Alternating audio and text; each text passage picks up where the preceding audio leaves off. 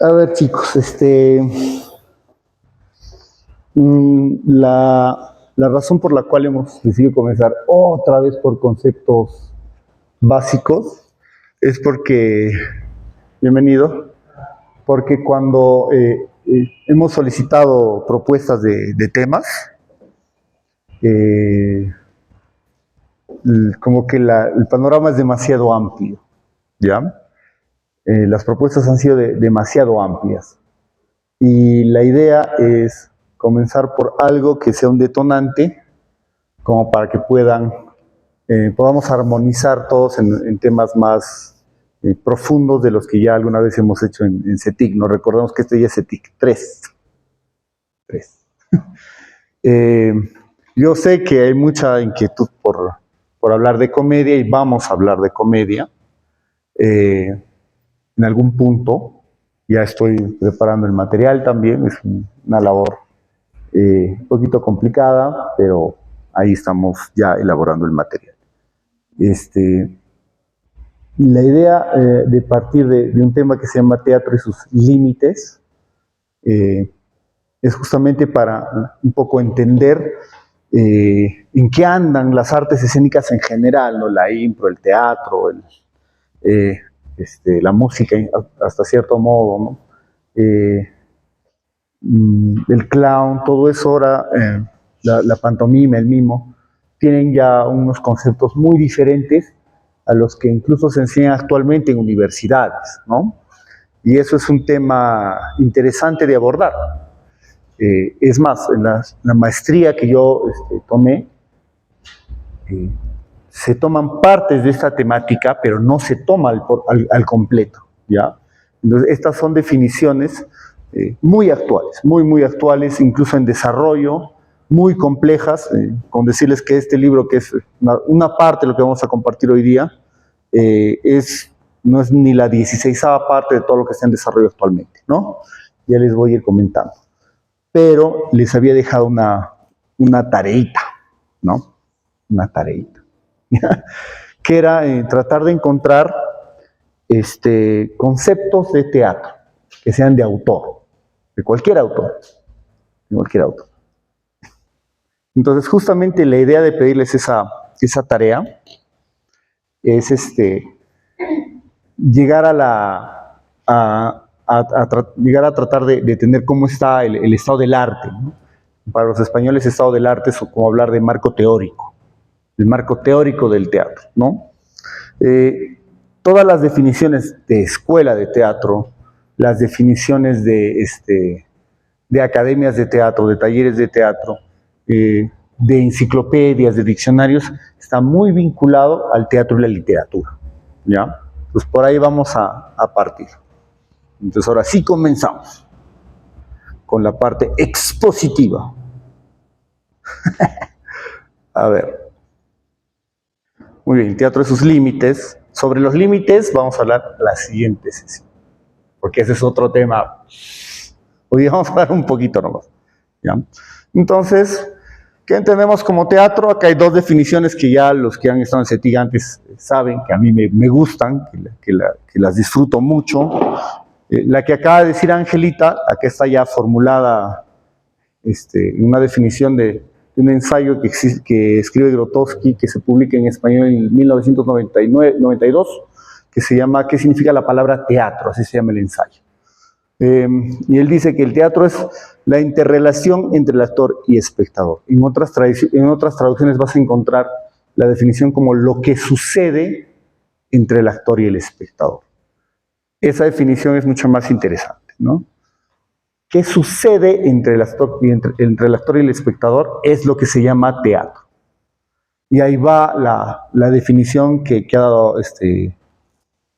Ángela, ¿no? Que tiene que ver con la jerarquización de elementos que hace Grotowski en una búsqueda por depurar el teatro de elementos exógenos y en una búsqueda profunda por intentar entender por qué el teatro debe sobrevivir en un mundo postmoderno, bueno, todavía moderno en esa época, no, ya era postmoderno, un mundo postmoderno donde ya reina el cine y la televisión, donde para vivir una experiencia similar al teatro ya no te tenías que desplazar de tu casa, sino que podías consumirlo en tu propia casa, ¿no? Crisis en la que persiste hasta la actualidad, ¿no? Ahora incluso tienes el entretenimiento en tu mano. Entonces la respuesta de Grotowski fue depurar todo aquello que no sea exclusivamente teatral. ¿Y qué es lo exclusivamente teatral? El actor y el espectador, y el teatro es ese encuentro. Ese encuentro va a regresar en futuras definiciones, ¿ya? Y una definición romántica que a mí me encanta, de Augusto Boal, que está en su libro El arcoíris del deseo, que dice: el teatro es la primera invención humana, y complementa con otra frase que incluso cuando queríamos ir a la muestra regional el año pasado, bueno, queríamos llegar con polos que dijeran: ser humano es ser teatro, ¿ya? Entonces, para Boal, el teatro nace cuando el ser humano se da cuenta de que se puede autoobservar. Cuando se ve en el primer espejo de agua que encuentra y se da cuenta de que se autorreconoce. Entonces, en ese momento, el humano entiende su capacidad performativa. Y la capacidad performativa está marcada por su deseo de hacer, de actuar, de transformar. Recordemos que Boal viene de las escuelas previas del teatro político, ¿no? Aunque él en sí no tiene formación de teatro político, tal cual se entendía en las versiones de Edwin Piscator, de Bertolt Brecht, sino que él viene de, por ejemplo, de formación estadounidense, ¿no? Sí, pero su compromiso social, su ideología priman, y él logra desarrollar otro estilo de teatro. El ser humano es ser teatro, resalta la idea de que el ser humano actúa, hace, cambia, todo el tiempo, ¿no? Entonces ahí hay obviamente un montón de observaciones que uno puede hacer, ¿no? Pero el teatro no era un arte de representar. Entonces, ¿cómo es que el ser humano es teatro solo porque hace? Y ahí, bueno, Boal sale con un montón de respuestas muy ingeniosas, ¿no? Que no valdría la pena mucho debatir en ese momento porque nos podemos extender demasiado, ¿ya? Para eso ya hemos hablado de Boal en el CETIP. Entonces, estas son definiciones que a mí me gustan, pero no son las definiciones actuales, ¿ya? No son definiciones actuales, ni siquiera cerca de estar vigentes, ¿no? O también son inmortales, ¿no? Pero ¿cómo definen los teóricos el teatro? ¿Ya? Inicialmente en el mundo occidental, el teatro es investigado como literatura. Los conceptos y los estudios únicamente se limitan a estudiar, para la redundancia, el teatro desde el lenguaje. Con la llegada de la modernidad y la posmodernidad, en especial el aporte de Antoine Artaud, los estudiosos tienen la necesidad de investigar el teatro como arte vivo. Ahí nace la semiótica teatral. Pero quiero detenerme antes en hablar de la literatura y el teatro, ¿no? O sea, en la actualidad hay muchos actores incluso que no conciben el teatro sin texto. Y si lo conciben en formatos como la impro, lo conciben en teatros muy vinculados a la comedia. Pero el estado actual del teatro está en otro lugar. Desde los 60, más específicamente ya en los 70, el teatro ha superado el texto en largo, en mucho, ¿no? Los que han estado en CETIC 1 y 2 ya saben cómo fue el rollo, porque eso lo hemos hablado en demasía todavía. Entonces, lo importante de llamar a colación es que a pesar de que muchas cosas han pasado en el mundo, en el Perú, en las escuelas latinoamericanas y en algunas europeas, el teatro se sigue enseñando como literatura. Ejemplo, cuando tú lees los programas de estudios superiores, de posgrado, de las universidades, y vas a encontrar los cursos de estudio de historia del teatro, y vas a descargarte el sílabo, básicamente te enseñan historia de la literatura dramática, no historia del teatro. ¿Ya? ¿Pero por qué?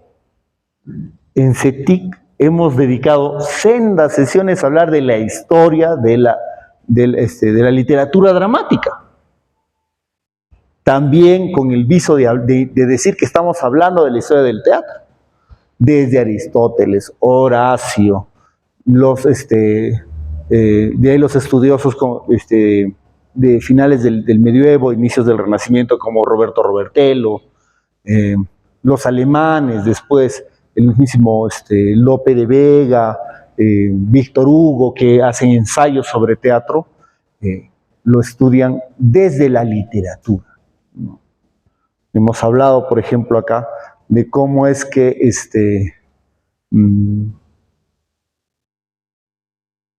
Víctor Hugo, en el prefacio de una novela, habla sobre la necesidad de cambiar el teatro. Pero ¿a qué hace referencia con ese cambio del teatro? No hace referencia al arte del teatro, hace referencia a la literatura.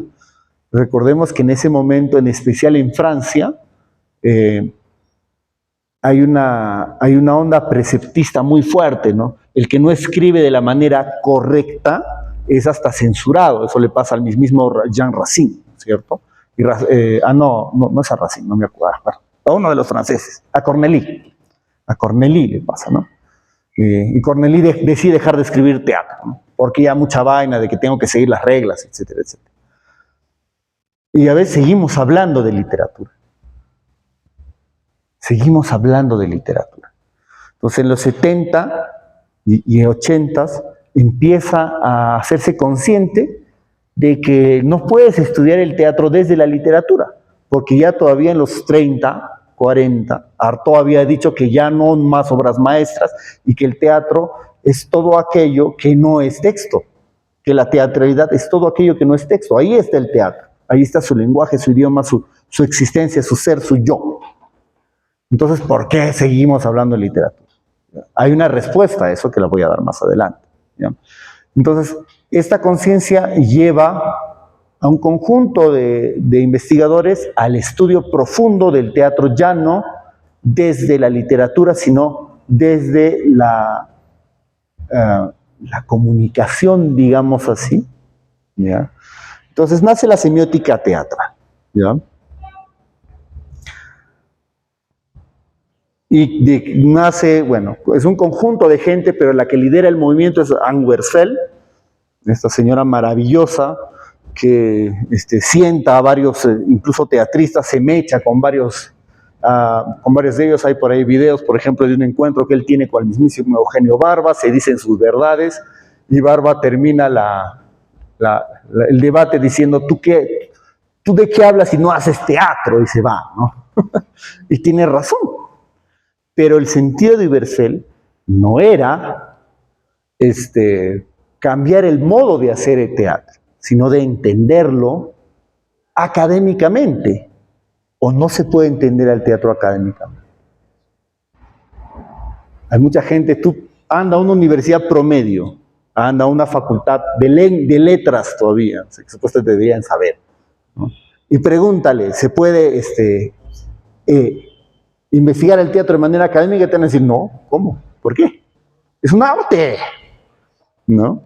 Pero ella lo intenta, y entonces ahí está lo bello de su aporte, no es un aporte revolucionario, y tiene un montón de conceptos de teatro, pero al final de su libro, de Semiótica Teatral, uno de los libros más difíciles de leer de la vida, me tomó leerlo un año, porque hay que leer tantas cosas adicionales para entender algo, que me tomó un año leerlo, ¿no?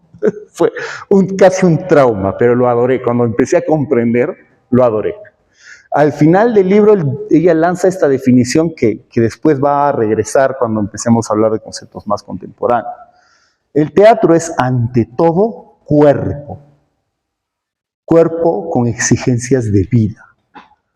Entonces, Wiersfeld, a pesar de que su lectura es profundamente académica y profundamente técnica, ahorita vamos a ver cómo es esa lectura, ella llega a entender que sin la presencia del cuerpo físico del actor, el teatro no existe. Porque la vida, que es lo que uno busca en el teatro, así haga teatro muerto, busca la vida. Ese era el principal objetivo de Tadeusz Kantor, ¿no? No hay nada más vivo que la muerte. Uno únicamente valora la vida desde la muerte. Entonces la búsqueda de Artaud no era la muerte en sí, en su teatro de la muerte, sino era la vida. Entonces, esa vida, esas exigencias de vida del que hace al que hace referencia Übersfeld, es aquello que también Grotowski dice que es lo que sucede entre el actor y el espectador. Eso es vida, tiempo, contacto. Entonces, desde la academia el teatro llega a su auge con la aparición de las propuestas de grandes autores. La líder es Sandu Übersfeld, ahí está otra foto, ahí sin sus lentes. Patrice Pavis, que sigue vivo, incluso visita Perú de vez en cuando, le mando el Ensat, famoso por su diccionario de teatro. También tiene un libro muy bueno que he conseguido hace poco, que lo leeré en algún momento, porque también es otro de esos libros que da pereza leer, pero que son muy interesantes, sobre el análisis de los espectáculos, se llama ese libro. El análisis de los espectáculos.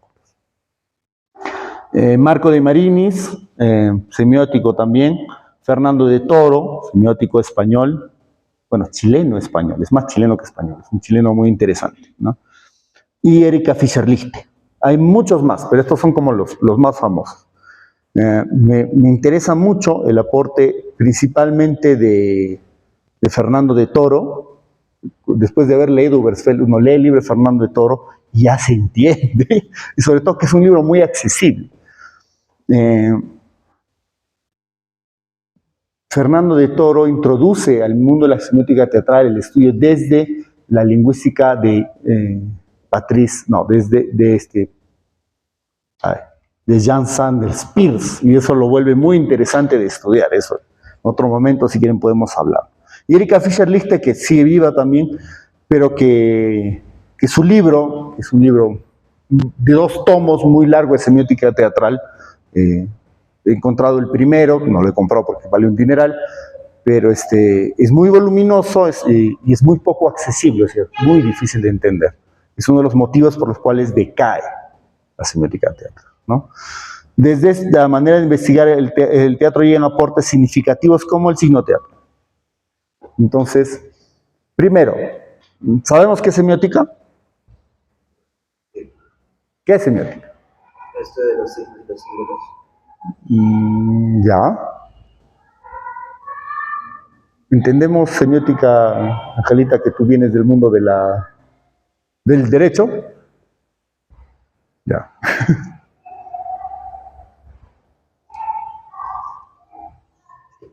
Sí entiendes semiótica. Lo estudias en tu facultad, tú también lo estudias en tu facultad, tú también lo estudias en tu facultad, ¿ya? Entonces es lo que es como dice nuestro compañero, es el estudio de los signos, ¿ya? Los símbolos son un tipo de signos, ¿ya? Y es una disciplina lingüística muy importante, es una disciplina de la lingüística. Seguimos en el mundo de la literatura, ¿ya? Seguimos en el mundo de la literatura. Entonces, la primera pregunta que se plantea Übersfeld y que todos estos maestros que hemos hablado intentan responder es: si yo quiero analizar semióticamente una obra de teatro, una presentación, yo necesito determinar cuál es el signo del teatro. Si no, ¿cómo lo analizo? Y esa es una bronca de décadas. Pero Übersfeld llega a una conclusión bien simpática, ¿no? El signo del teatro es un polisigno, o sea, no existe uno, sino es un conjunto de signos que suceden simultáneamente en diferentes planos de comunicación. O sea, una obra de teatro te está bombardeando de signos cada segundo. ¿Ya? Signos desde literarios, lingüísticos, fonéticos, kinésicos, proxémicos, místicos, si quieres. Entonces, pictóricos, es un tal volumen de signos que analizarlos se vuelve una tarea casi imposible. Entonces, una de las primeras ideas es que si uno quiere analizar semióticamente una obra, inevitablemente tiene que decir, analizo este tipo de signos. Pero ya se vuelve analizable, algo que antes no se hacía.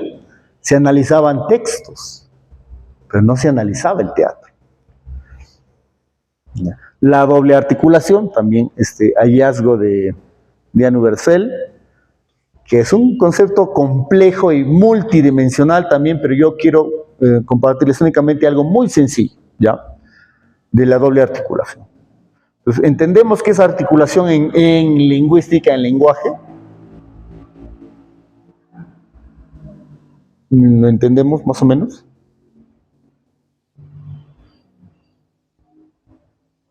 Articulación es el momento en el cual un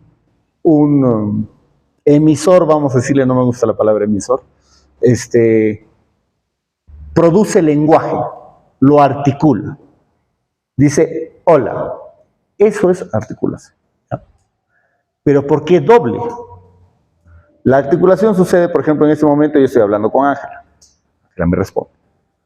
Estamos articulando entre los dos, pim, pum, pam, emisor, canal, receptor, ta, ta, ta, ta, ta, ta, ta, ta, ta. No me gusta esa definición tampoco, me parece muy hueca, pero está ta, ta, ta, ta, ta, ta, ta, ta, ta, ta, ta. Pero en el teatro hay esa articulación entre los dos, pero hay público. Entonces la articulación entre los dos se vuelve una nueva articulación que percibe el espectador. Doble articulación.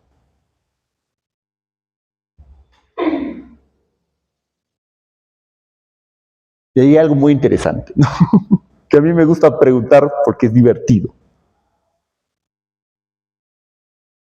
¿Cuánto de realidad hay en una obra de teatro? Tiene que ver con la doble articulación. ¿Cuánto de realidad hay en una obra de teatro? La respuesta es 0.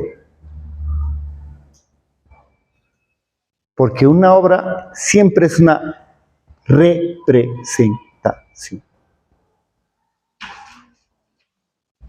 Entonces, si este libro está en la realidad, ¿no? Pero cuando está en el escenario, deja de ser el objeto libro, se vuelve signo del libro, una representación del libro. Porque lo que sucede en el escenario es 0% realidad. 0. Y se complica más. Esto es divertidísimo. ¿Ya? Este es un libro, imagínate que es Mujercitas. ¿Ya? El Principito, de Exupéry. ¿Ya? El Principito. ¿Ya? El Principito, el libro físico es realmente el Principito. En el escenario ya es signo del libro El Principito. Pero resulta que para el personaje que va a coger el libro, no es solo el libro El Principito, sino representa el primer regalo que le hizo su madre fallecida hace 5 años. Se convierte en signo del signo del signo. Y puedes ponerle muchos más niveles. ¿Ya? Pero existe teatro presentacional. Y el teatro presentacional sí es real. ¿Sí? Es lo que más se aproxima. Pero cuando hay un testigo mirando que no participa, ya esto está representando el mismo objeto en el escenario. No es la realidad. Por más de que sea creado en vivo en un performance de, ¿cómo se llama? María... ¿Cómo se llama? La gran performer, la más famosa y la más cuestionada, la María Abramovich, ¿no? Claro, María Abramovich, hay un montón de información interesante de María Abramovich. Hay cosas mucho más interesantes como bueno, hay una performer que incluso streamea sus cirugías. No me acuerdo ahorita el nombre, es muy famosa, ¿no? Entonces tú puedes decir, pero es su carne, le están abriendo de verdad delante de la gente. Ahí vamos, eso lo vamos a hablar cuando hablemos de los límites, ¿ya? Pero te están hablando chévere y no se va a escuchar ni mierda. Lo vamos a dejar prendido y el que quiera hablar lo coge por. ¿Ya? Otra pregunta más, porque decías que hay una doble articulación, ¿verdad? La que está creándose con los ejecutantes de la técnica, por así decirlo, y la del público. En el caso, yo ponía 70-30, por ejemplo, porque en mi investigación me he dado cuenta que el público legitima lo que está pasando a través de sus propias experiencias de vida, ¿no? Entonces, para ellos es real, porque se están viendo de una manera exagerada, por así decirlo, pero para ellos es real, porque es parte de su vida cotidiana. Entonces, por ahí que le ponía 70-30. De eso, ahorita te lo voy a responder cuando entremos al tema central, ¿ya? Pero Gracias. te la voy picando. Cuando una persona entra al teatro, sabe de lo que sucede es teatro. Hay formas de teatro donde no sabe, sin embargo es teatro. Por ejemplo, el teatro invisible de Augusto Boal, ¿no? Que Augusto Boal, con su grupo ensayaban escenas, por ejemplo, de machismo en los, de tocamientos indebidos en el metro, ¿ya? Y hacían las escenas así, ¿no? Y después, vale la pena contarlo porque es algo muy bello de contar. La anécdota que cuenta Boal es que están trabajando el tema de tocamientos indebidos en el metro, no me acuerdo si es de Sao Paulo o si es en Suecia, no me acuerdo cuál de los dos. Pero la idea es que primero entra un grupo de actores en una de las estaciones, el actor empieza a acosar a la actriz, y hay actores que empiezan a decir, ¡ay, no la fastidies! Así. Y todo el mundo le calla, ¿no? ¡Shah! Y en la siguiente estación se bajan estos dos actores y entran otros dos, y la chica empieza a acosar al chico, y ahí toda la gente se opone, ¿no? No, pero ¿cómo es posible? Que sí, que no sé cuánto, ¿cómo le vas a hacer eso al chico, no? Ahí sí pitearon, ¿no? Entonces ahí se arma el debate en la vida real. Y los actores lo están dirigiendo, ¿no? Ah, pero ahí sí dijiste, pero cuando el otro chico de la anterior estación la acosó, no dijiste nada. Y se arma la discusión en la realidad, ¿no? Y la presentación termina de teatro invisible, es invisible porque no se sabe que está en el teatro. Cuando al final el grupo dice, ¿sabes qué? Esto ha sido una representación para que se queden ustedes analizando la temática. No, es teatro. Claro, o sea, lo puedes tomar así, pero la idea es otra. El supuesto epistemológico es otro, el objetivo es otro. Es transformar el mundo desde el teatro. Pero al final el público se entera de que estuvo viviendo la ficción. Ahí está el kit del asunto. ¿Ya? O sea, cuando uno va al teatro entra en una convención. ¿Ya? Por más performático que sea, uno entra en la convención de que no es real. Pero, por ejemplo, haciendo una mención al maestro Osvaldo Poveda, que está bajito ahorita descansando, Osvaldo se cortaba el pelo en vivo, ¿no? Pero su pelo es real, pero sigue siendo en el marco de una convención social que entendemos como teatro, ¿ya? A mí me costó la vida aceptarlo, ¿ya? Pues dije, no, sí puede haber realidad, pero no, pues esto es desde la semiótica, ¿no? De ahí tú puedes tener tu opinión, ¿no? El discurso teatral, que va a ser esa acumulación de signos con un sentido y propósito específico, ¿no? Y la teoría de la recepción, ¿ya? La última etapa de la semiótica teatral ya no se va a centrar en la emisión de los signos, sino en la recepción de los signos, ¿ya? Entonces ahí se van a ver aportes muy interesantes de cuál es el proceso comunicativo sígnico-lingüístico que asume el espectador cuando percibe una obra de teatro, ¿no? Pero reitero, sigue analizándose desde la lengua. ¿Sí? Esa independencia de la cual estábamos hablando al inicio de intentar analizar el teatro por lo que es y no por la literatura, sigue desaparecido. Perdido en acción. ¿Ya? El declive. Los hallazgos de estas disciplinas se agotaron rápidamente debido a su enfoque excesivamente lingüístico. al intentar trascender lo meramente verbal, pierde su objetivo principal. ¿Ya?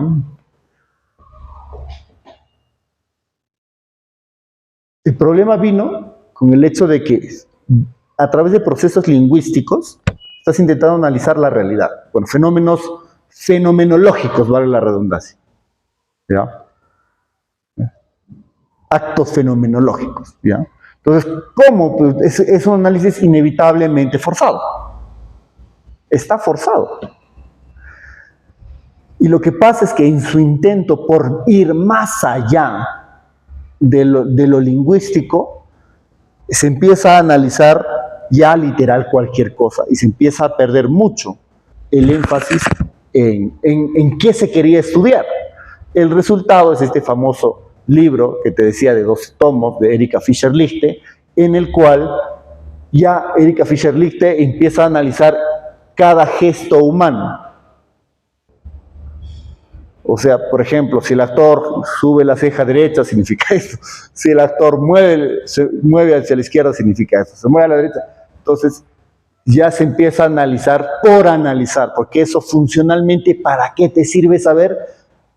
Y en primer lugar, que es muy improbable que sea 100% real, de que si mueves la ceja derecha es porque estás constipado, digamos.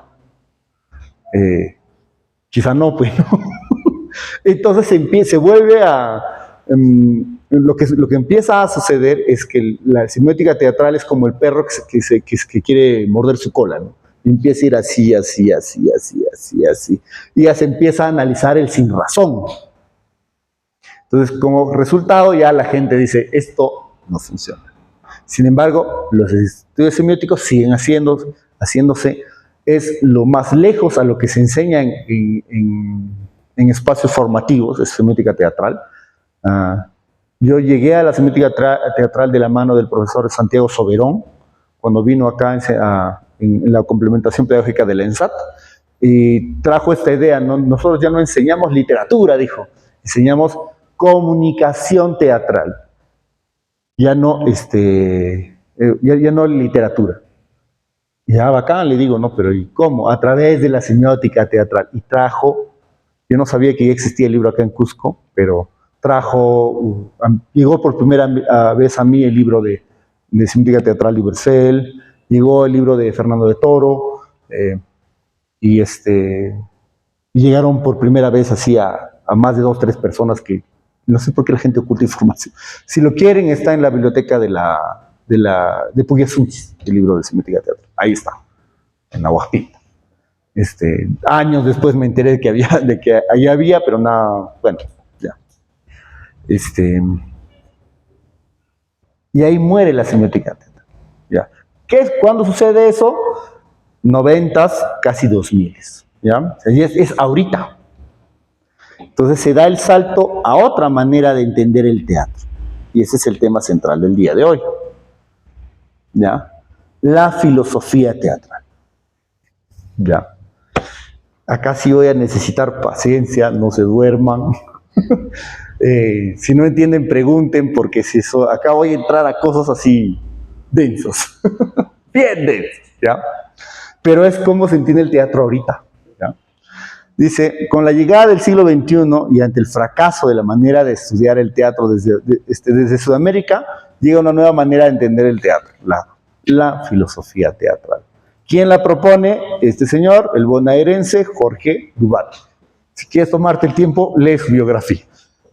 Lo he puesto entera solo para que veas que está disponible, ¿no?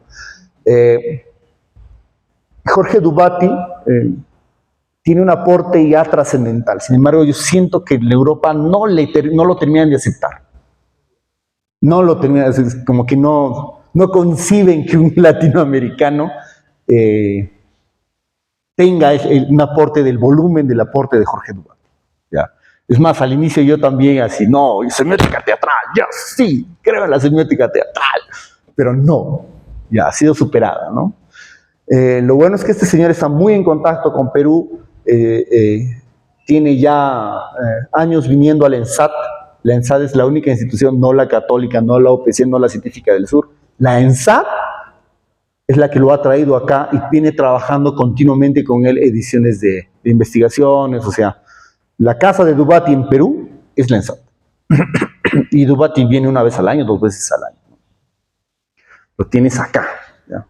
Alguna vez lo iremos a buscar a Dubati. O mejor lo traemos. Lo traemos, para descentralizar. ¿Ya? Entonces, Dubati propone lo siguiente. La filosofía del teatro busca desentrañar la relación del teatro con la totalidad del mundo en el concierto de los otros entes y acontecimientos, recuperando los fueros de su identidad filosófica, que la teoría teatral no reivindica, se refiere a la semiótica teatral básicamente, ni en la misma literatura. La relación del teatro con el ser, con la realidad y los objetos reales, con los entes ideales, con la vida en tanto ente metafísico, con el lenguaje, con los valores, con la naturaleza, con Dios, los dioses y lo sagrado, enfrentando a preguntas radicales. Todo amante del teatro deviene un filósofo del teatro. Entonces, lo que quiere investigar Dubati es el ser del teatro. Y ahí ya nos complicamos y nos metemos en camisa de 11 varas. ¿Y cómo es que ese ser se relaciona con el mundo? Si has leído filosofía, puedes leer que atrás está Martin Heidegger, ¿no? Ahí atrás están los estudios ontológicos de Martin Heidegger. ¿Ya?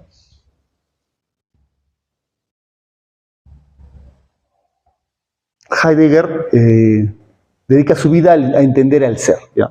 Es la pregunta más antigua del teatro, ¿quién soy? Ya, eso.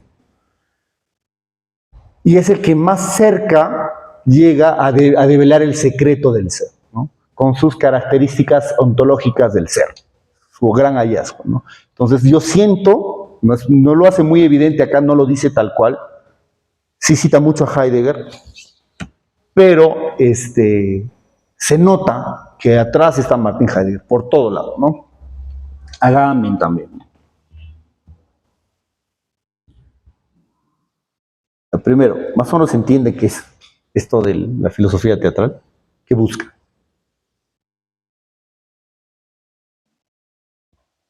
Si no se entiende, pregunten.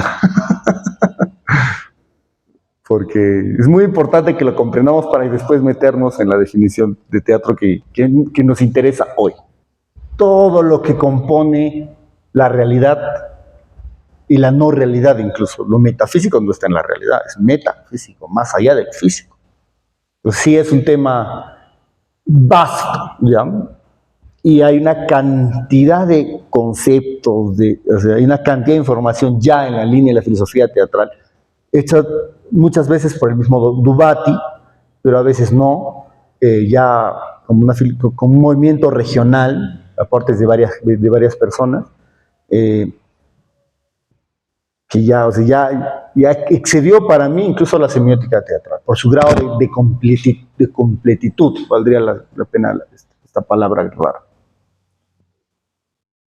Entonces, ¿qué nos interesa a nosotros?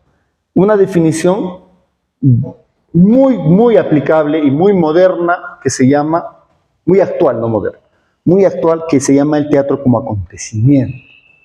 El teatro ya no como literatura, ya no como símbolo, como análisis sígnico, sino como acontecimiento. ¿Y qué dice Dubati? Está hasta la página. Las costumbres de hacer investigaciones. En tanto acontecimiento, el teatro es complejo internamente porque el acontecimiento teatral se constituye en 3 subacontecimientos. Y esto lo has escuchado en algún momento, si has estado por ahí estudiando teatro, ¿no? Por género próximo y diferenciado de otros acontecimientos. Es que es un sistema estudiado y factible de comprobar, a eso se refiere. El convivio, la poiesis y la expectación. Estudiar el teatro es centralmente estudiar el acontecimiento. De esta nueva consideración se desprenden fundamentos y corolarios que invitan a una revisión de diversas ramas de los estudios teatrales. Está diciendo, a partir del convivio, la poiesis y la expectación, puedes analizar todo lo que ya se analizó y ver si efectivamente funcaba o no funcaba. El teatro es un ente complejo que se define como acontecimiento, un ente que se constituye históricamente en el acontecer. El teatro es algo que pasa, que sucede, gracias a la acción del trabajo humano. ¿Se entiende? ¿No mucho? Sí, el teatro ya no es un signo. El teatro ya no es un texto. El teatro ya no es un volumen de signos. El teatro es algo, un ente que se pone en el mundo a existir. Y esa percepción de que algo se pone en el mundo para existir, solo se puede vivir a través de un acontecimiento. Y creo que también ese acontecimiento solo sucede, pues, esa presentación, digamos, de una obra sucede, no va a suceder de la misma forma otra vez siendo la misma obra. Así es. Así es. Entonces te das cuenta que es mucho más real y analizable. Con esta propuesta, Dubati doma a la fiera. Y ni siquiera enteramente. Como que ya empieza a agarrarle la onda, pero es una bestia milenaria. ¿Ves? El teatro no es cualquier cosita. ¿Ya? El teatro es una experiencia. ¿Ya? El que va al teatro se lleva una experiencia. ¿Ya? No va a que le leas un texto, ¿no es cierto?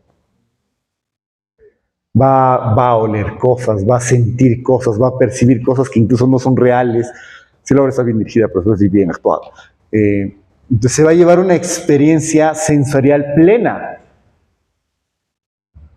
No es, incluso en la misma narración oral, lo que hacen los narradores es darte una experiencia.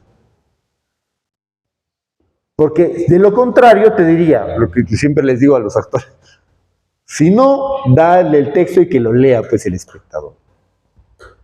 Porque esa es la alternativa.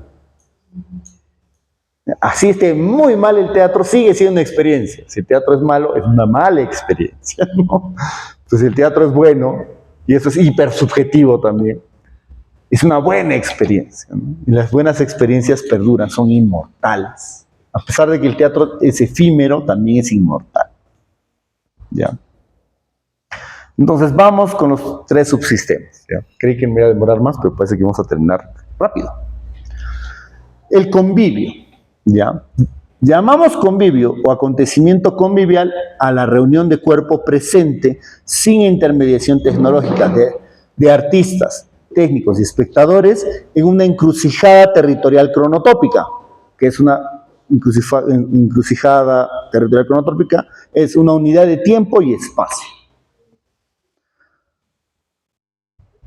Cotidiana, o sea, en una sala, en la calle, en un bar, en la casa, etcétera, en el tiempo presente. Eso es el convivio. ¿Qué es convivio? Encuentro en persona. La primera condición para que el teatro exista es que haya convivio. Si no hay convivio, no hay teatro. Y ahí, yo tengo 2 ediciones de este libro, una digital y esta, ¿no?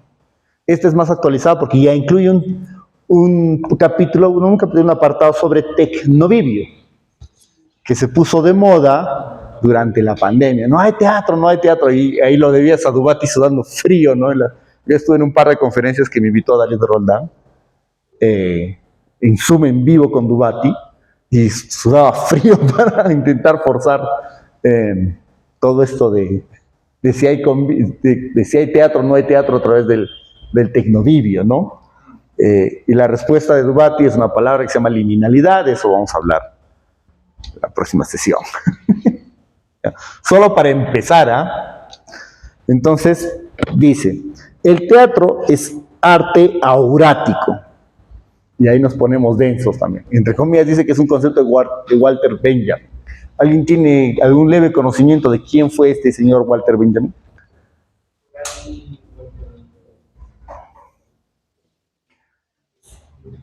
Mira, Walter Benjamin es uno de los pocos que se ha dedicado a estudiar la filosofía de la historia. ¿Ya? De la historia, del relato, es uno de los hijos de la famosísima escuela de Frankfurt, la escuela crítica de Frankfurt. ¿Ya? Con una historia trágica, ¿no? Todos los de los miembros de la escuela, Adorno, Horkheimer, todos llegan a escapar, pero el único que no llega a escapar de Alemania durante la Segunda Guerra Mundial es Walter Benjamin, y al verse acorralado decide suicidarse, ¿no? Y muere jovencísimo. Y la belleza de Walter Benjamin es que sus postulados filosóficos son cuentos. Son cuentos sobre la historia, la filosofía de la historia, ¿no? Entonces, es muy interesante Benjamin.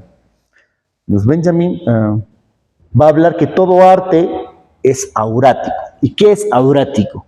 Tiene características únicas e irrepetibles. Eso quiere decir aurático, ¿no? Y igual hay muchas capas como en la semiótica, ¿no es cierto? El actor interpreta de cierta manera, su creación es aurática. Cuando se junta con otros compañeros, la creación de los compañeros con él es aurático. Cuando esa creación también está guiada por la lectura y el trabajo del director, es aurático. Entonces, el teatro es aurático. Y esa característica de aurático solo es percibible a través del convivio. ¿Ya?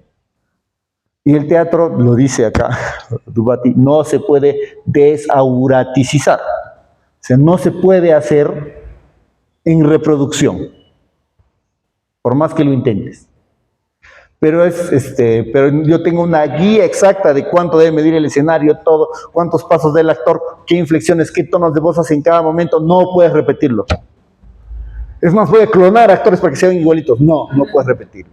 Siempre es aurático. ¿Ya? Y eso es una característica que ve Grotowski, por ejemplo. Grotowski le gana a Dubati más o menos por medio siglo, ¿no? Lo ve mucho antes. Lo que va a pasar es que así tú grabes la obra y vendas el DVD, sigue siendo aurático. Porque la experiencia de ver el DVD de la obra no es ver la obra. Cada función es aurática. Y eso es únicamente una característica posible a través del convivio. Cada espectador es aurático. Como la infancia del hombre, la experiencia es la mera diferencia entre lo humano y lo lingüístico. Agamben. Giorgio Agamben, ¿no? ¿Por qué he puesto eso? Porque dentro del convivio, Dubati interpreta que el convivio está muy vinculado a la experiencia, porque el teatro está eternamente en infancia. Y recurre a Agamben para esta explicación. Agamben dice que infancia viene de infala. ¿Y qué es infala? Que no habla.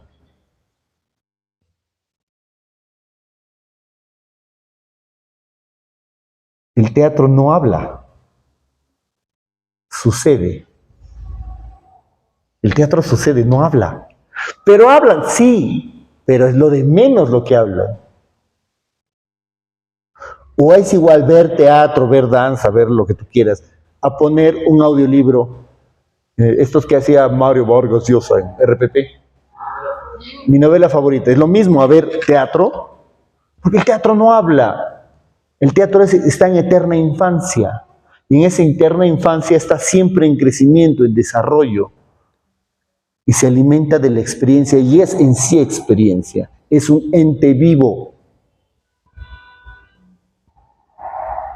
Y eso es únicamente percibible a través del convivio.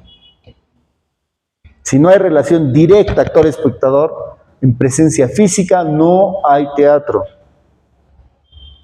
Pero yo he pagado en Joinas por comprarlas y he visto Hairspray que hicieron los de la plaza y he visto teatro. No has visto teatro.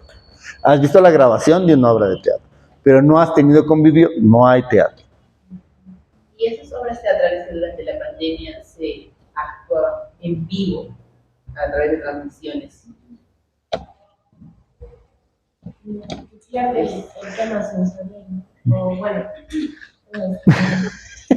ya, hable. o sea, pienso eso, no pierde el que ya haya este medio que es ¿no? la virtualidad es como una pantalla, pierde el que la experiencia que tienes sensible, pierde ciertas experiencias sensitivas al tenerlo viendo en pantalla, ¿no?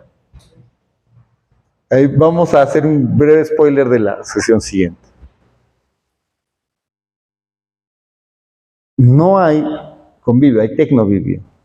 No es como ir al cine, porque está sucediendo en vivo. Entonces, ¿qué es? Es algo nuevo, pues. Es algo nuevo. No es ni teatro, ni cine, ni televisión. Es algo nuevo. Y es interesante, ¿no? Es algo que nos dejó la pandemia. Eso. Es una experiencia limítrofe, pues. ¿Sabes? Sí, esa palabra, liminal, es... Liminal. Porque yo he visto, por ejemplo, en pandemia que las obras de teatro hasta daban la opción que los espectadores puedan modificarlas, ¿no? En vivo. Al menos en formatos largos de improvisación, por ejemplo, que se hacían en vivo, te daban la opción de modificar, ¿no? Cosas. Entonces no podías hacer si es que lo presentas como una grabación. Pero entonces ya por ahí creaban toda la experiencia. Claro. Pero sí, una manera de involucrar a los que están viendo. Sí. Genera otro tipo de contenido. Eso es anterior a la pandemia. O sea, John Jesurun ya lo hacía antes, sin pandemia. Una obra de John Jesurun es literal así. Tú entras a la sala de teatro y ves las proyecciones de las pantallas y hay 3 personas en una laptop chateando en vivo, y lo que chatean se ve. ¿Ya? Los actores leen sus participaciones, ¿no? Y leen las participaciones del otro, ¿no? Entonces es como que sí, es como que estuvieras escuchando la conversación, y es una comunicación real, en vivo. ¿Ya? Ahí hay convivio, porque los actores están chateando delante tuyo, pero ya existía, o sea. Y bueno, ya también haciendo otro spoiler, existen experiencias teatrales, ¿ya? Que ya no son teatro, o sea, son experiencias teatrales. Esto que tú dices cae en ese rubro de experiencia teatral, ¿ya? A Lima llegó este espectáculo muy famoso que tú te inscribes, pagas tu entrada y te dan un aparatito acá, ¿no? Un teleprompter, te dan algunas cositas y te citan en un lugar, en un café, en una plaza, ¿no? Y hay personas que te van dando instrucciones, ¿ya? Por ejemplo, te dices, siéntate en la mesa 3, y ahí hay otra persona. Saluda, dile, hola Andy. Hola Andy. Y al otro lado le están diciendo qué decir, ¿no? Y también le dan libertad, ¿no? O sea, habla de este tema. Bla, bla, bla, bla, bla. Ya, si tú ya estás literalmente dentro, eso no es teatro. O sea, ya no hay expectación, pues. Entonces, es una experiencia teatral. Eso llegó a Lima con el FAE antes de la pandemia. Sí, acá ha venido Peter Brook, o sea, esos FAEs de los buenos, ¿no? La versión que queda ahora es una versión muy nice de lo que fue el FAE creado por la Municipalidad Metropolitana de Lima, ¿no? Que se hiciera un FAE potente, también era otro presupuesto, ¿no? Ahora, cuando ha pasado al ámbito privado, se ha vuelto un festival nice, ¿no? Pero originalmente esa no era la idea del FAE, ¿ya? En resumen, desde el convivio, el teatro es una experiencia, ¿ya? Cuando yo estaba en la maestría, tenía un profesor, uno de mis favoritos, el profesor Ramsés Ojeda, que era el coordinador de la maestría, de postdoctoral en teatro, un monstruo el Ramsés, y me encanta su nombre, Ramsés. Cada vez que le tocaba enseñarte, te decía, no digas puesta en escena, no digas montaje, eso no representa el teatro, no digas presentación, di acontecimiento. Porque la palabra presentación no contiene todo lo que es teatro. Y mientras defines qué rayos es lo que contiene teatro, dile acontecimiento. Y me alucinaba, porque me puso a pensar por primera vez en eso. Qué capo este tío del Ramsés Ojeda. Y te enseñaba cursos chéveres. Espacio escénico se llamaba el curso. O sea, no te enseñaba escenografía, no te enseñaba algo que se llama espacio escénico. Concepto amplísimo. Y el tío era un doctor, ¿no? Un capo. Entonces ese es el primero. Poiesis, acá también nos ponemos densos en serio. En expectación y en poiesis ahí todo se va al tacho. El término poiesis involucra tanto la acción de crear, la fabricación, como el objeto creado, lo fabricado. ¿Ya? Ahí ya toda una vaina. Por eso preferimos traducir poiesis como producción, porque la palabra, a la vez liberada de la marca cristiana de creación, encierra los dos aspectos. Producción es hacer y lo hecho. ¿Se entiende?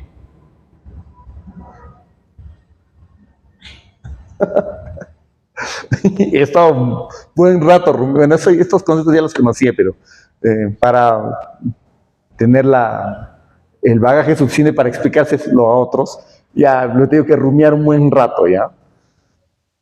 O sea, tú vas a encontrar en todos los estudios, poiesis es una palabra que usa Aristóteles, ¿ya? Viene de Aristóteles. Y lo usa para hablar de lo que los cristianos llaman creación.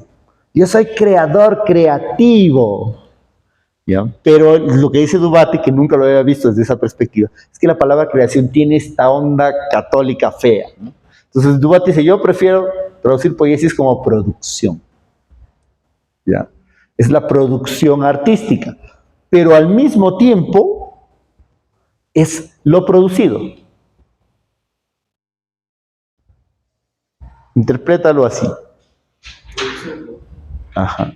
Cuando tú estás actuando, estás produciendo en ese momento el producto artístico, pero al mismo tiempo, en el proceso de que lo estás produciendo, alguien ya lo está recibiendo. O sea, y para esa persona que lo está recibiendo es producto. Es producción y producto al mismo tiempo. ¿Ya? ¿Se entendió? Ya. Angelita, una duda. ¿Está grabando? ¿O estoy hablando por ya no? Sí. Ya. Ya. Ya. La función primaria de la poiesis es la instauración ontológica. Ahí ya se pudrió todo. Poner un acontecimiento y un objeto a existir en el mundo. ¿Qué es instauración ontológica? Es poner un acontecimiento y un objeto a existir en el mundo. Mira lo irrelevante que es tu trabajo como actor. No es así como que tú, ay, sí, qué bonito, ya terminó la presentación. No, has creado algo y lo has puesto a existir en el mundo. Y ese algo existió solo en ese momento en el cual lo presentaste. Sin embargo, al mismo tiempo es inmortal. Porque en 10 años, uno de los espectadores que le encantó tu trabajo va a decir, me acuerdo que vi esa obra y me acuerdo ese chico, esa chica. Qué buen trabajo que hizo, o quizá qué mal trabajo que hizo. Y de pronto eres inmortal. En tu trabajo has hecho nacer algo. Lo has puesto a existir en el mundo. ¿Se entendió? Ya. La existencia de un cuerpo poético, ente poético. Requiere la existencia de un cuerpo poético, ente poético. ¿Qué es un cuerpo poético? Ahí ya también se pudrió todo. ¿Qué es un ente poético? Lo que representamos. Por ahí. Un grupo artístico. También.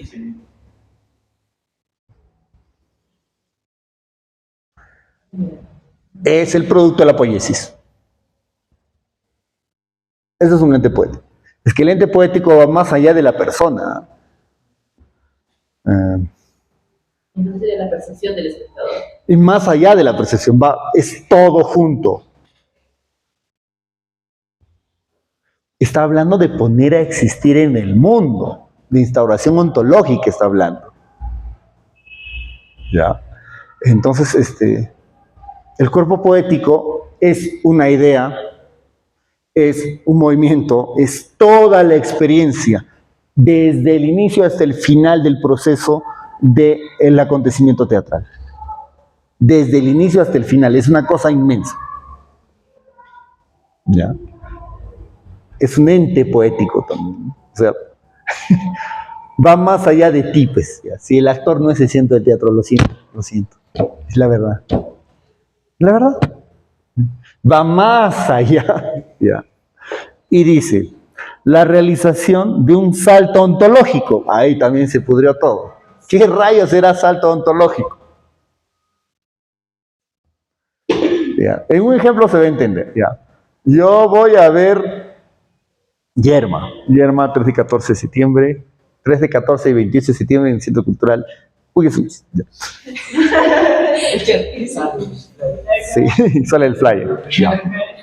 Entonces yo voy a ver a Yerma y conozco a Maite, sí, mi compañera de cole. Entonces voy, entro, digo, ahí está Maite. ¿Ya? El salto ontológico se percibe, se produce cuando yo acepto que en ese momento, en esas circunstancias dadas, para utilizar Stanislavski, en ese momento, Maite no es Maite, sino que voy a entender que Maite es María. Si no soy capaz, como espectador, de entender ese salto ontológico, no hay poiesis. Y yo como actor, si no soy capaz de producir en mí mismo el salto ontológico, no existe poiesis. ¿Ya? Y el salto ontológico se entrena. Pero eso no sería lo que May estaría generando. O sea, yo voy a verle a May, digamos, y no quiero que me genere una reacción de Maite, sino de María. Claro, pero ese es algo, o sea, que va a depender mucho del desempeño de Maite como actriz, pero también del entrenamiento del espectador.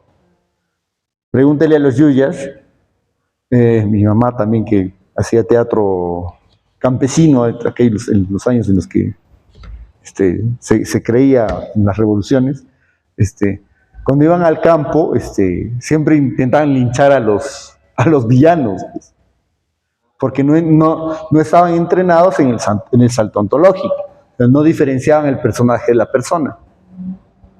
Y el salto ontológico no es solamente en las personas, es en todo aquello que está en el escenario. Y eso el espectador lo entrena, ¿no? O sea, si tú llevas a un niño, a un adolescente de 12 años que habrá visto una obra en su vida, lo llevas a ver una obra del grupo de teatro íntegro, 40 años este año, de íntegro, de Oscar Natters, no va a entender un pepín, ¿no? Pero si llevas a alguien que lleva viendo teatro toda su vida y tiene 40 años, es más probable que entienda una obra de íntegro. Y que haga saltos ontológicos entendiendo que incluso la simbología, ¿no? Que cuando levanta su dedito así es que no es que fue el primero, sino que es la velita que está prendida, ¿no? Ya hay muchos niveles de salto ontológico, ¿ya? Pero mire, en lugar de utilizar signo o símbolo, usa salto ontológico, porque es mucho más total. Un tipo de salto ontológico es el simbólico, el signo, ¿no? Y la realización, la relación entre poética y poética. Una con mayúscula, una con minúscula. ¿Qué rayos es eso? La poética con mayúscula hace referencia a la relación de todo aquello que es parte del fenómeno teatral, del acontecimiento teatral. No voy a utilizar fenómeno, acontecimiento teatral. ¿Ya? Cómo se conecta el trabajo del dramaturgo que tiene un vuelo con el trabajo del director, con el trabajo del iluminador. Cada uno tiene un rollo, ¿no? Y hay una poética que busca conectar todos esos trabajos. Y al mismo tiempo hay una poética en minúscula, que es la poética individual. la poética técnica, por así decirlo, que te permite analizar poéticamente las características de un ente poético y de un creador de entes poéticos. No es el macro y otro es el micro. ¿Ya? La poiesis está en medio de los dos, en ese ida y vuelta totalmente. ¿Ya? ¿Más o menos se entiende? Si no se entiende, prego. O sea, tengo la duda de qué significa ontológico. Ontológico es relativo al ser. Ahí, ya eso ya es. Se refiere al estudio del ser. Ya, sí. Y es un tema larguísimo, ¿ya? Pero te lo resumo en las siguientes cosas. Cuando Martin Heidegger habla de ontología, llega a hablar de las características del ser. O sea, hay un ser profundo tuyo que es indefinible, pero hay ciertas manifestaciones que son definibles. Por ejemplo, existe una carito hija, una carito, puede ser madre, una carito amante de los animales, una carito que le gusta el anime, una carito que le gusta ver K-dramas, y hay cosas que son parte de tu ser, que son manifestaciones características que pueden definir cierto aspecto de tu ser. Esos son los estudios ontológicos. ¿Ya? Entonces, cuando habla de instalación ontológica, es justamente poner en existencia algo, un ser, crear un ser. No un bebé, un ser. Un ente más que un ser, un ente. Un ser es de los humanos, los entes existen, los seres son, ¿no? No, al revés. Los entes son y los humanos existen. No, ya uno de los dos ya se me hizo lío. Ya no me acuerdo. Es que leer a Heidegger es duro, bien duro. ¿Ya? Entonces vamos con la última parte. Expectación. Esto también es chino mandarín.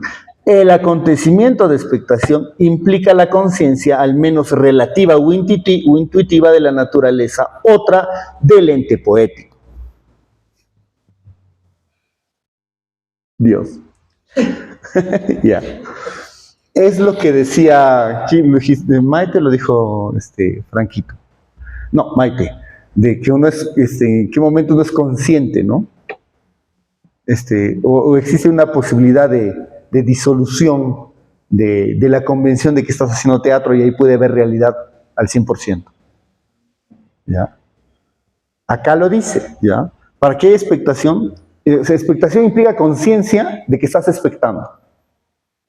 Y esa conciencia puede ser permanente, intermitente o revelada, así dice. Permanente, o sea que te estás viendo y eres consciente todo el tiempo de que estás en el teatro. Por ejemplo, cuando ves una obra de Bertolt Brecht en un estilo brechtiano puro, Brecht se esfuerza todo el tiempo porque te das cuenta de que estás en una obra de teatro. No quiere que te sientas conectado con lo que ves, que sientas empatía, quiere que analices. ¿Ya? ¿Bien? Intermitente, permanente también es cuando tú caes en la convención y dices sí, y te imaginas que es real. Entonces eres consciente de que es irreal, pero también te dejas llevar. Eso también es permanente. Intermitente es cuando te dejas llevar en momentos y después, no, pero estoy en el teatro. pero estoy en el teatro, ¿no? Entonces es como que en un momento eres consciente de la expectación y en otro momento no. O revelada, como en el teatro invisible. Que tú juraste que era verdad y de pronto te diste cuenta de que era mentira. Bueno, no es mentira, de que era una obra de teatro. ¿Ya? Permanente, intermitente o revelada. ¿Ya? ¿Ya? Es decir, debe darse algunas condiciones básicas. Debería ser. Ser consciente del salto ontológico. ¿Ya? Otra vez. O sea, el espectador entra y es consciente de que en ese momento Franco no es Franco, sino es, yo qué sé, el Quijote de la Mancha. ¿Ya? Entonces es capaz de hacer ese salto ontológico. Si no es capaz, tiene problemas como espectador. ¿Ya? Ser consciente de la distancia ontológica. También se pudrió todo. ¿Qué rayos era distancia ontológica? Tal vez, pienso respetar que yo soy público, ya que está bien, y no meterme ahí, ¿no? O sea, mantener ese bien. Bueno, está relacionado a la alteridad. Reconocer la Claro. Relacionado al personaje, o sea, la distancia entre Ángela y mi personaje. Sí, es eso, pero también es algo más allá. Tiene que ver con Martin Heidegger y con la explicación que le hice a Carito. O sea, uno no puede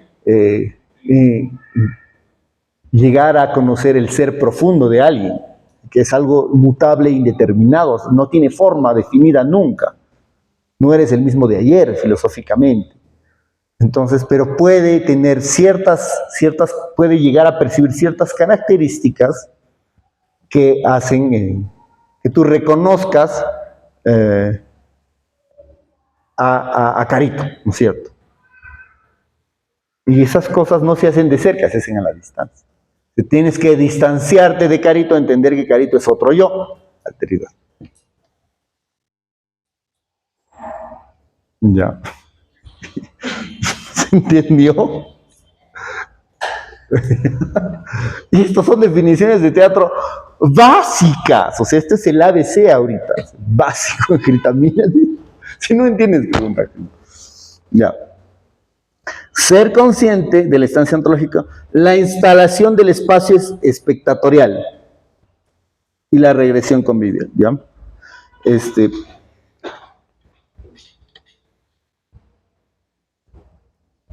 Mucho de Peter Brook, ¿no? Hay un espacio vacío, hay una persona que hace y una que la mira. Eso es teatro para Peter Brook, ¿no? Así empieza el espacio vacío. Si no lo han leído, léanlo. Es un librazo.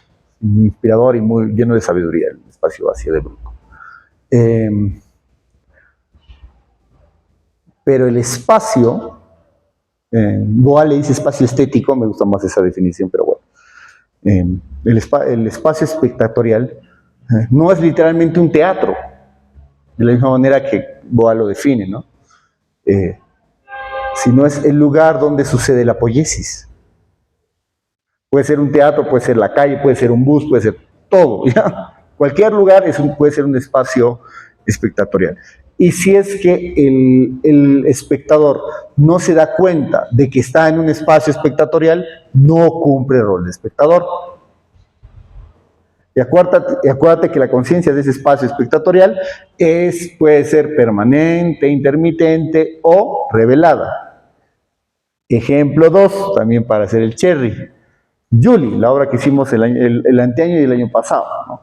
Tú entrabas y entrabas a la juerga, ¿no? O sea, en la última función que hicimos en la esencia, que sí la gente se puso a bailar, así a perrear hasta el piso. Cuando empieza la obra, se escuchó ¡ay! Y yo me cagaba de la risa, ¿no? Paró la música y ¡ah! Como que ¿quién apagó la luz? Entonces sí hay, en ese momento que se apagó la música, y la gente dijo, ¡ay! En ese momento sí, y después volteó y se dio cuenta que la obra ya había comenzado, en ese momento se instauró el espacio espectatorial. Antes era una fiestita. ¿Ya? Entonces, eso es muy importante, si no, no puede ser espectador. Dice, expectación, por lo tanto, la expectación, por lo tanto, debe ser considerada como sinónimo de vivir con, percibir y dejarse afectar en todas las esferas de las capacidades humanas por el ente poético en convivio con los demás otros, artistas, técnicos, espectadores. El convivio no es solamente de artista, espectadora, todos los que meten la mano son parte del convivio. En la esencia, hasta el Panchito por ahí moviéndose es parte del convivio. ¿Ya? Entonces, eso es convivio, es una conciencia. Digo, eso es expectación, es conciencia de que uno está expectando. Si no hay esa conciencia, no hay teatro. ¿Ya? Entonces, desde estos tres subsistemas, diremos, no el término que usa ya se me fue, uno puede entender ya el teatro en toda su riqueza y variedad. ¿Ya? Entonces, lo que dice Dubati, provocando todo el tiempo, ya entonces pongámonos a escribir la verdadera historia del teatro. ¿Se podrá? Por ejemplo, reconstruir la primera vez que se representó Edipo Rey allá, cuando, en la era de Aristóteles y, por supuesto, Sófocles. ¿Se podrá? Entonces, él le va a llamar a esto estudios arqueológicos del teatro, ¿no?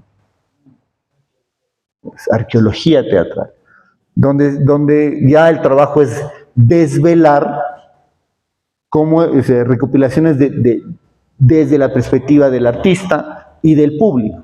Entonces acá viene uno de los grandes aportes teóricos que me encanta de Dubati, que no lo he puesto acá, solamente lo quiero nombrar porque también es otro business, es otro tema complejísimo, que es que Dubati ya no habla de un teórico del teatro, de un investigador teatral, como una Anne Obergefell, una Fischer-Lichte, una Lichte, es más Lichte.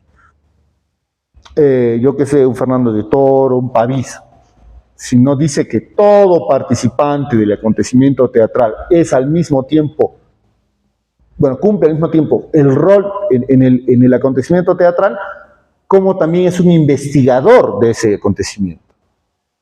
¿Ya? Y va a hablar del artista investigador. Dice Dubati, todos los artistas son al mismo tiempo investigadores. ¿Cuándo se constituye uno investigador formal, artista investigador formal? Cuando empieza a escribir sus hallazgos. Pero así no quiera, es un artista investigador.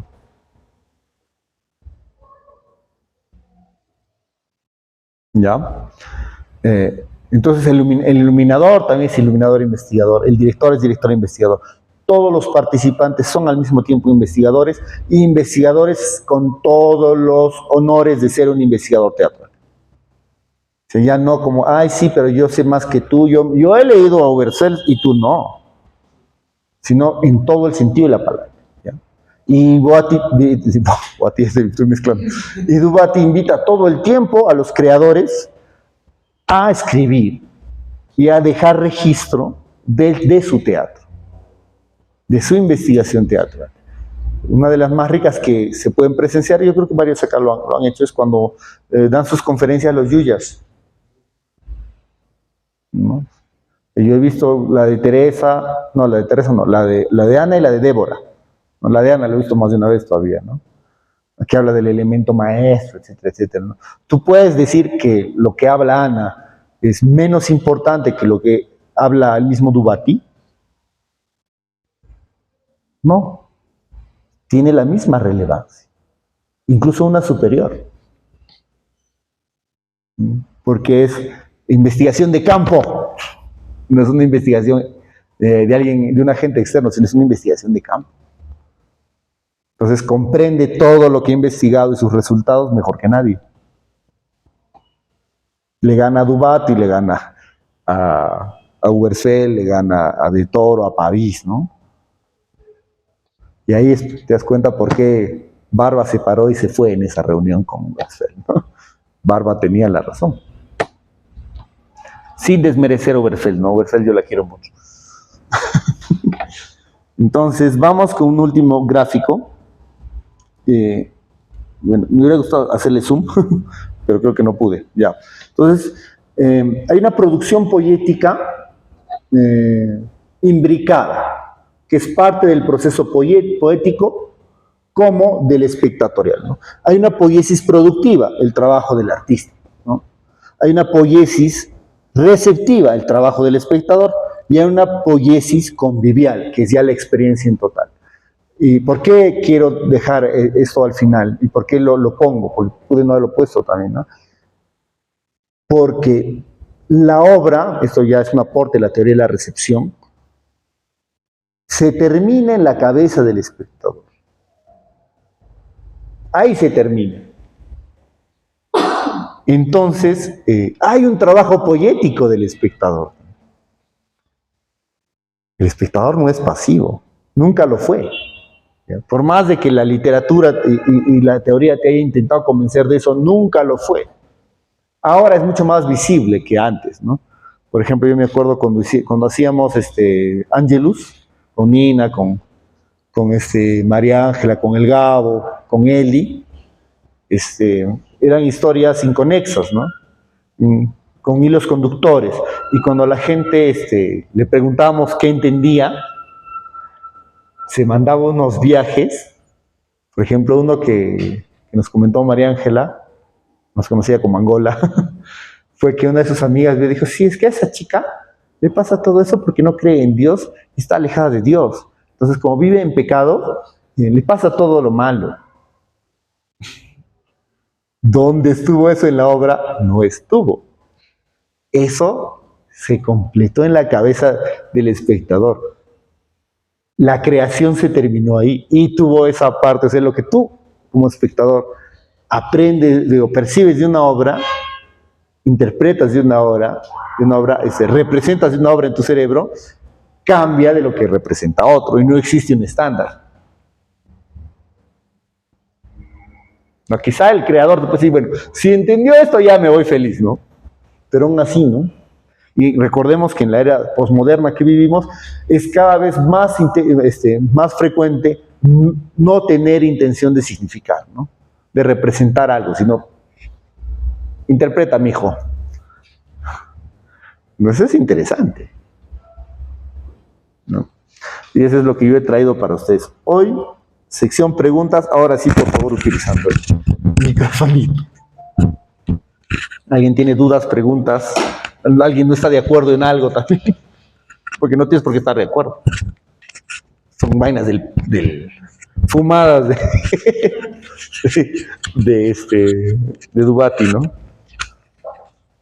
Algo que no quedó claro, algo que les gustaría completar, alguna conclusión a la que hayan llegado.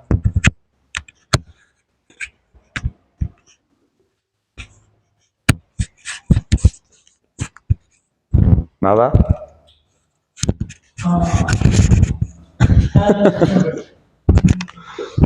Ya. Ahora que hablas de Dubati, me acordé de algo que leí de él hace tiempo. De la, ¿cómo se llama esto? Transterritorialidad, creo que es. La territorialidad. La territorialidad, ¿no? Que no es lo mismo, Supraterritorialidad. Claro. Que no es lo mismo representar, digamos, una obra, digamos, no sé, Yerma. No es lo mismo una representación de Yerma aquí, en el curso no lo va a interpretar igual, digamos, una representación de Yerma en Buenos Aires, ¿no? Y eso también va mucho del convivio. También. Y de la poiesis. Y de la poiesis, ¿no? Está bien involucrado. Ahora, y digamos, de la expectación. También, todo está interrelacionado, Indicado, ¿no? sí. También me pongo a pensar siempre en mi obra favorita del Teu, que es La Remolienda, ¿no? Que dice que una vez vinieron justo unos chilenos pasaban por ahí y se quedaron a ver La Remolienda. Dice que en Chile ven La Remolienda pues hasta por las puras. A cada rato es la obra típica que representan ahí. ¿No? Y ellos dicen que se acercan a Coral y le dicen, oh, esto estuvo muy bonito y todo, pero ¿por qué no lo han vuelto una representación más de ustedes, no? Porque en la representación del Teuja se hablan con acento chileno. ¡Hala! Sí, pero sí, ellos dijeron, chévere, pero queríamos ver cómo lo interpretan ustedes. Claro. Que igual no es lo mismo, ¿no? Ya, pues, eso. Ya, po. A ver, es que ahí... ¿por qué me meten ya? ¿Por qué me hacen sufrir? Ya, a ver, para Dubati entender el teatro como acontecimiento es el punto de partida para los estudios teatrales, ¿no? Antes de Dubati se hablaba de teoría teatral, ahora se hablan de estudios teatrales. Entonces, él va a querer introducirse ya de lleno en los estudios teatrales a través de dos conceptos clave, la territorialidad y la cartografía. En la territorialidad está también el eje temporal. Entonces, por ejemplo, yo ya puedo hacer un registro histórico del teatro, viendo, por ejemplo, cómo se representó Yerma cuando le estrenó Lorca, cómo se representa en España, en Granada, ahora en el siglo XXI. ¿no? Entonces, ahí hay un eje territorial igual, pero el eje temporal es diferente. ¿Y qué pasa cuando ese eje territorial salta? Por ejemplo, ¿cómo se hace? ¿Qué diferencia hay en cómo se representa ahorita Yerma en Granada a cómo se representa aquí en Cusco? Entonces, ahí realmente uno puede hacer un mapa real de cómo está el teatro, de cómo es el teatro, de cómo se vive, de cuál es el ente, digo, el ser del teatro, ¿no? Desde la cartografía, y puede crear mapas de cartografía teatral, ¿no? Y él hay ejemplos, ahí búscalo, de mapas de cómo va la cartografía teatral. Hace un mapa, ¿no? Y en ese mapa él puede hacer incluso rutas, como las rutas de comercio, de cómo fue que fueron llegando las obras, o las corrientes de actuación, o las temáticas, ¿no? Y eso es un aspecto mucho más real de cómo se analiza una obra teatral, una representación teatral, de cómo ya uno estudia el teatro en todos sus aspectos. De ahí va a venir la poética comparada, ¿no? Yo hice mi tesis de maestría sobre poética comparada. Entonces ese es otro vuelo, ¿no? Para eso otro día, es otro vuelo, ¿ya? Pero te das cuenta que ya se empieza a entender el teatro en todas sus dimensiones y por fin se separa el estudio del teatro, la conceptualización del teatro de la literatura y de la lingüística. Por fin. Ya. ¿Algo más? ¿C'est fini? ¿C'est tú? Puedes ponerle stop.